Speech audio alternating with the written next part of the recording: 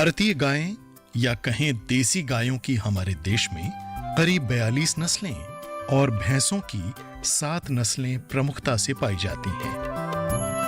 गायों में साहीवाल, कांकरेज, मालवी, हरियाणा, थारपारकर, वेचौर, मेवाती, नागौरी, राठी, गिर, अमृत महल और लाल सिंधी आदि प्रमुख हैं। पहाड़ों पर भी गाय मिलती हैं जो बौनी होती हैं और इसी वजह से उन्हें पहाड़ों पर चरने के लिए चढ़ने में आसानी होती है, जिसमें उत्तराखंड में पाई जाने वाली बद्री गाय प्रमुख है। हमारी देसी गाय देश की जलवायु के अनुरूप ही ढली हैं और कम चारे में भी अच्छा दूध देने में सक्षम हैं और इनमें रोगों से लड़ने की और तापमान के उतार चढ़ाव को सहने की अद्भुत क्षमता है। गायों की एक बेहद अहम भूमिका कृषि में है। असल में वर्षों से भारत में गौ आधारित कृषि व्यवस्था रही है।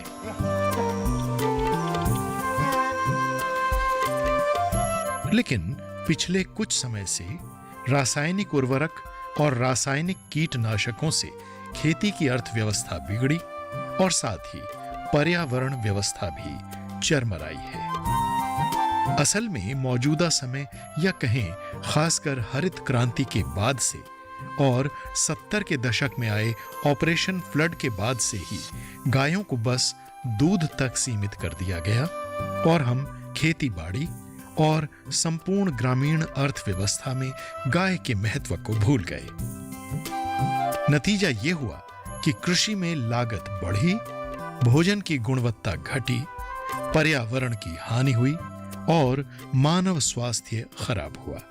पर क्या गाय आधारित व्यवस्था संभव है, खासतौर से ऐसे में जब लोग गाय को दूध देने की मशीन मान बैठे हों और अनेक उत्पाद देने वाली गाय को सिर्फ एक उत्पाद यानी दूध तक सीमित कर दिया गया हो। लेकिन तेजी से उन्नति की ओर बढ़ते कदम में हम कदम है हमारी गाय। जी हां, आज हम आपको एक ऐसी व्यवस्था दिखा रहे हैं जहां बेहद वैज्ञानिक तरीके से गाय के गोबर और गौमूत्र से दवाएं, खाद, कीटनाशी और करीब 47 अन्य उत्पाद तैयार किए जा रहे हैं, जिनसे किसानों की आमदनी में इजाफा तो हो ही रहा है, साथ ही पर्यावरण सुरक्षा में भी सार्थक योगदान किया जा रहा है। आइए चलते हैं नागपुर के देवलापार स्थित गौ विज्ञान अनुसंधान केंद्र में।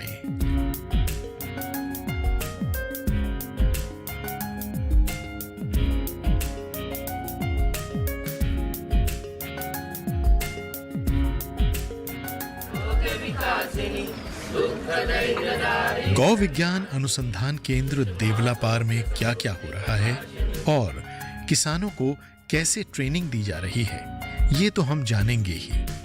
पर सबसे पहले आपको ये भी बताते चलें कि गौ विज्ञान अनुसंधान केंद्र को गौमूत्र आधारित दवाओं आदि के लिए 6 अंतरराष्ट्रीय पेटेंट भी मिले हैं, जिनमें 5 तो अमेरिकी पेटेंट हैं। पिछले करीब 25 से भी अधिक वर्षों से गाय आधारित कृषि व्यवस्था का मॉडल पूरी दुनिया में सराहा जा रहा है और ये व्यवस्था कोई बेहद उपजाऊ या सिंचाई की पर्याप्त उपलब्धता वाले क्षेत्र में नहीं स्थापित की गई है, बल्कि पथरीली जमीन पर आदिवासियों, किसानों और वैज्ञानिकों की मेहनत से सोना उपजाया गया है और श्रमदान से 1 किलोमीटर से भी अधिक क्षेत्र में पानी का संरक्षण किया गया है।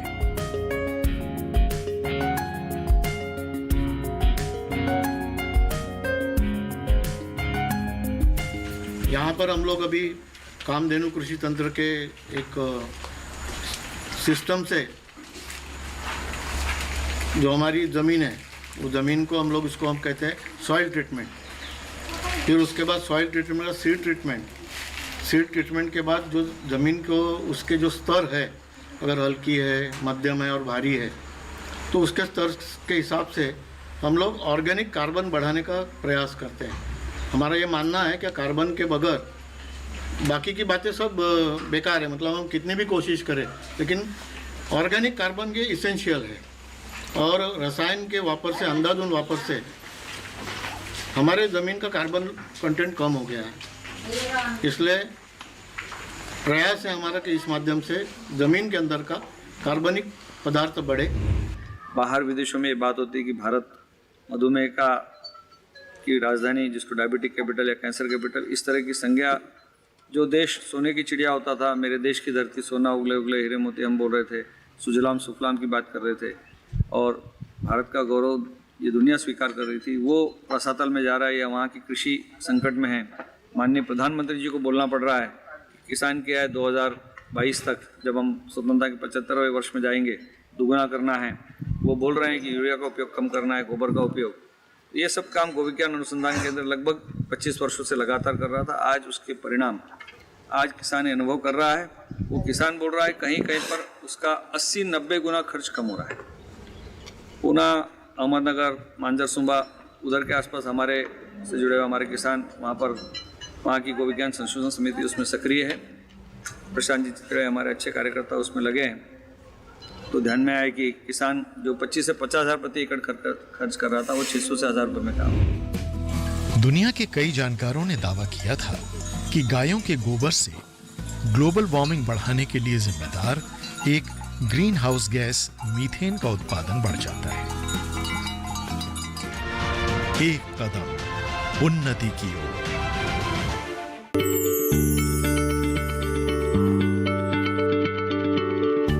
क्या आप किसी बीमारी से परेशान हैं?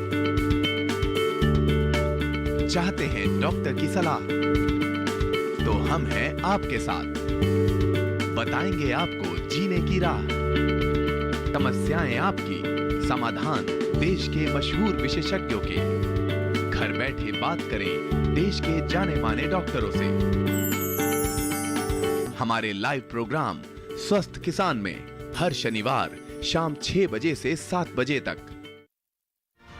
एक कदम उन्नति की ओर। पिछले कुछ समय से रासायनिक उर्वरक और रासायनिक कीटनाशकों से खेती की अर्थव्यवस्था बिगड़ी और साथ ही पर्यावरण व्यवस्था भी चरमराई है। गौ विज्ञान अनुसंधान केंद्र देवलापार में करीब 150 से 200 लोग रोजी पाते हैं।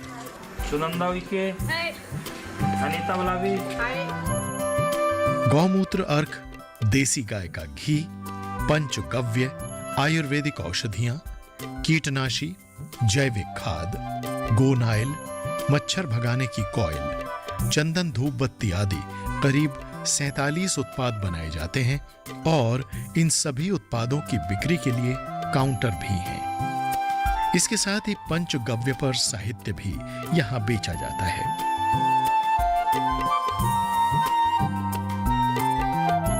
यहां बायोगैस संयंत्र भी लगा है, जिससे निकलने वाली स्लरी को निकालकर और सुखाकर जलाने के काम में लिया जाता है और खाद भी तैयार की जाती है। यहां पर मौजूद वैज्ञानिक और डॉक्टर लोगों को तमाम उत्पादों की जानकारी देते हैं और कैंसर जैसे घातक रोग में भी लाभकारी गौमूत्र के विषय में लोगों को जागरूक करते हैं। भारतीय वंश के स्वस्थ गाय का गोमूत्र को हमको पकड़ना है और वो गोमूत्र को पकड़कर हम उससे अलग अलग दवाइयों में उसका उपयोग कर सकते हैं। अब जैसे उदाहरण के लिए गोमूत्र अर्क बनता है। अब अर्क का उपयोग हम घाव धोने के लिए भी कर सकते हैं। उसके बाद मुंह में जो हमारा कड़वापन या बांस आता है उसके लिए भी मुंह में उसका कुल्ला कर सकते हैं। त्वचा में खुजली आ रही है तो वहाँ भी लगा सकते हैं।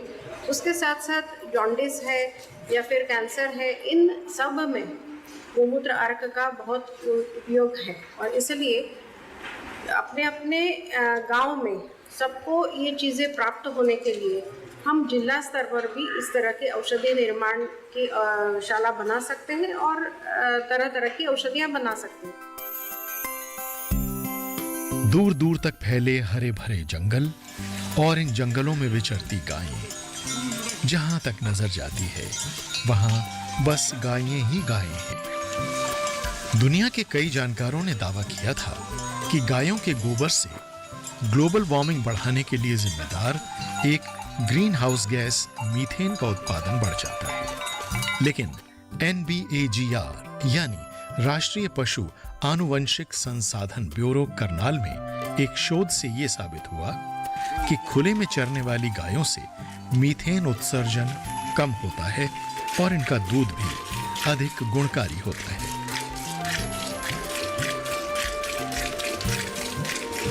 गौ विज्ञान अनुसंधान केंद्र देवलापार में गायों के लिए जंगल में चराई के अलावा अच्छा दाना भी खाने को दिया जाता है।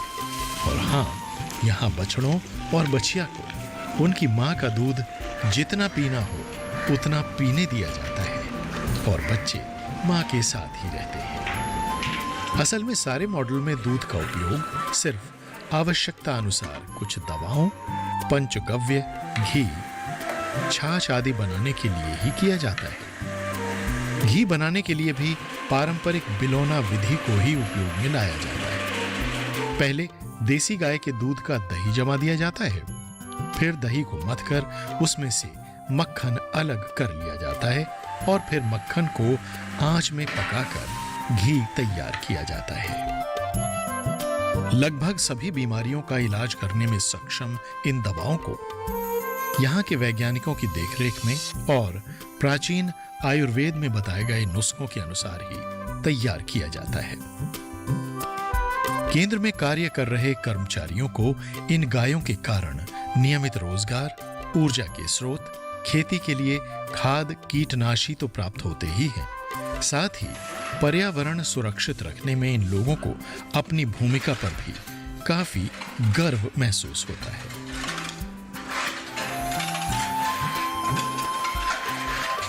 दस 15 साल हो गए काम में लगे हुए थे। औषधि विभाग में भी औषधि का काम कर रहे हैं, उसके बाद खेती का भी कर रहे हैं, और उसके बाद गौशाला में भी कर रहे हैं, और रोजी बढ़ते बढ़ते जा रही है आगे। लेबर भी बढ़ते जा रहा है, आगे आगे काम जा रहा है।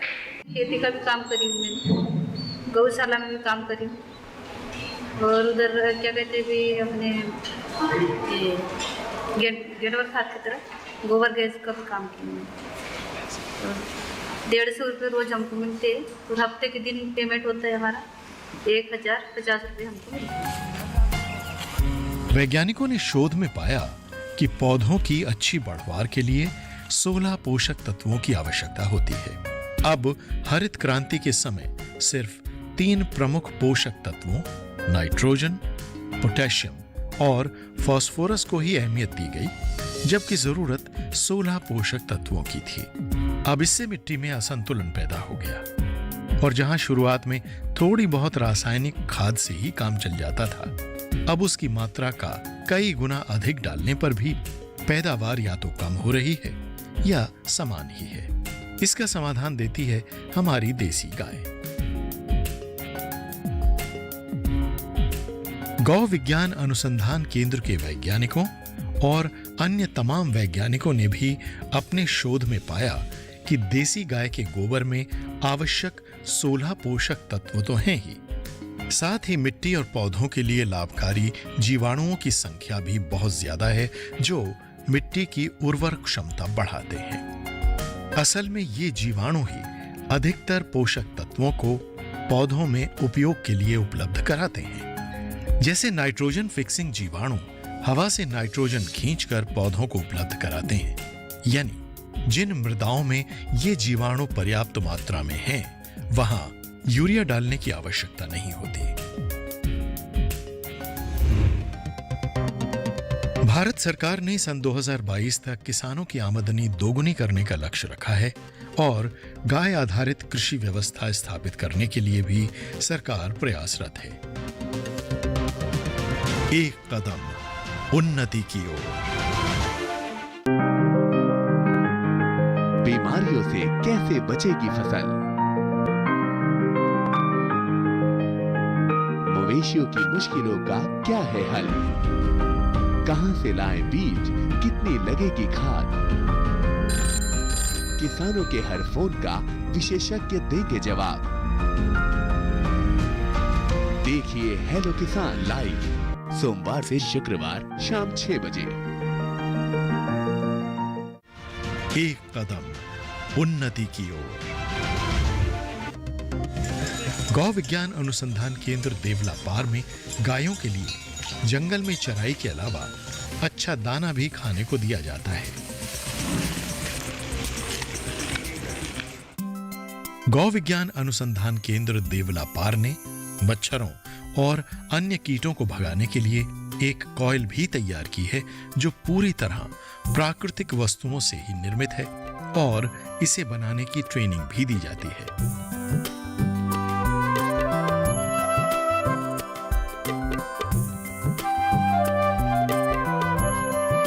इससे मच्छरों और अन्य हानिकारक कीटों से छुटकारे का एक पर्यावरण हितैषी समाधान भी मिलता है और साथ ही आमदनी का एक अच्छा स्रोत भी प्राप्त होता है।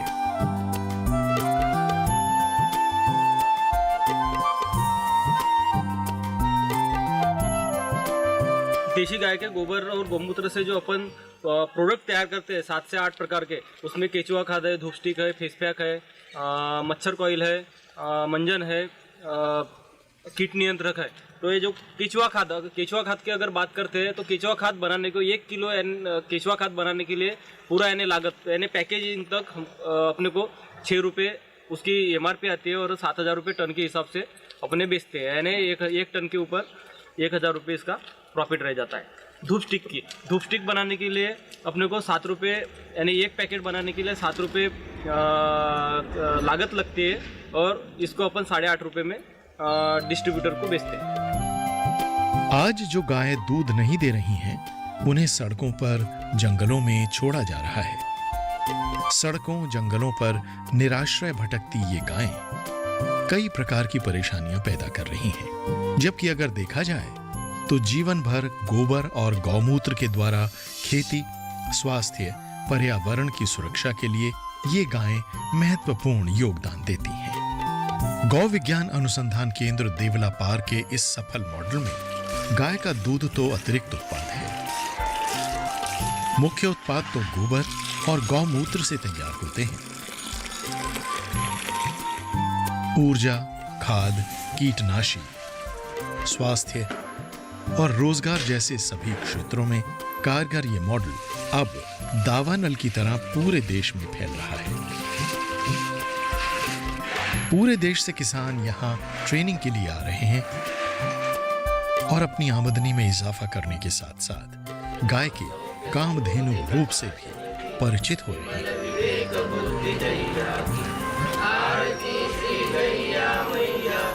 हमारी धरती जो कृत्रिम खाद और कीटनाशक का जो व्यवहार से हमारा जो धरती का जो गुणवत्ता नष्ट हो रहा है, तो इसको मतलब कि कह सकते हैं बूस्टिंग करने के लिए, मैंने उसको एक पोषक तत्व देने की दृष्टि से यह अमृत पानी बहुत अच्छा लगा।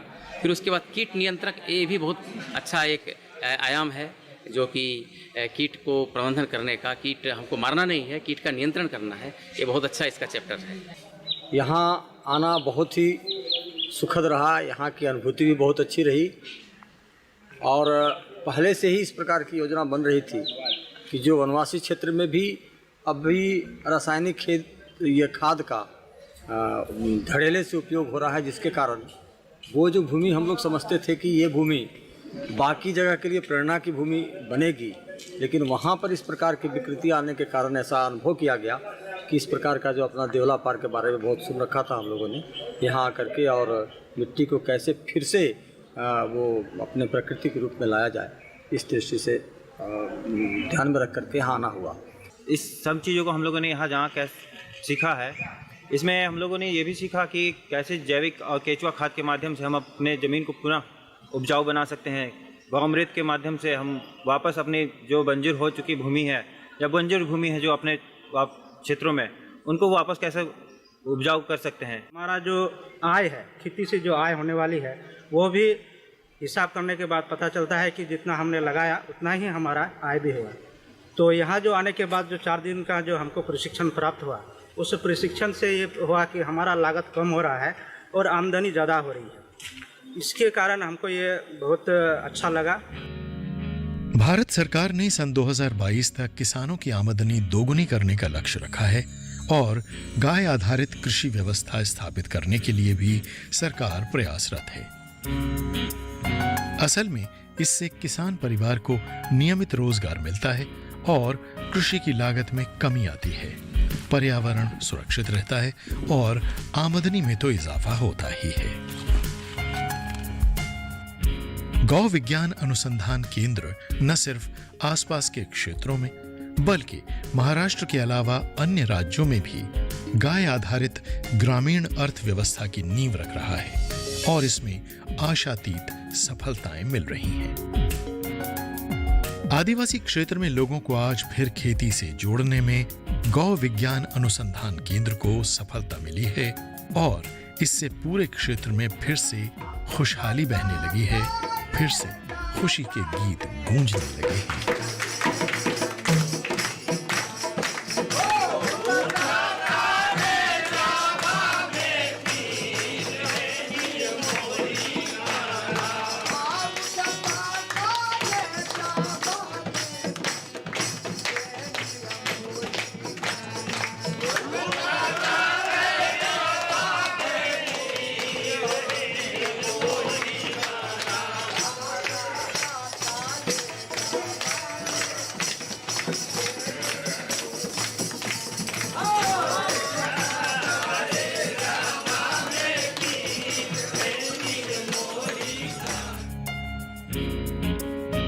गौ विज्ञान अनुसंधान केंद्र देवलापार नागपुर ने गायों की ग्रामीण अर्थव्यवस्था में उपयोगिता को फिर से स्थापित किया है। भारतीय संस्कृति में गाय को हमेशा कामधेनु के रूप में देखा गया है। आवश्यकता गाय के इस रूप को पहचानने की है। हमें समझना होगा कि गाय दूध नहीं बल्कि खाद, दवाओं की फैक्ट्री है और आज ग्लोबल वार्मिंग के दौर में जितनी गाय के इस रूप को समझने की आवश्यकता है, शायद पहले कभी नहीं रही।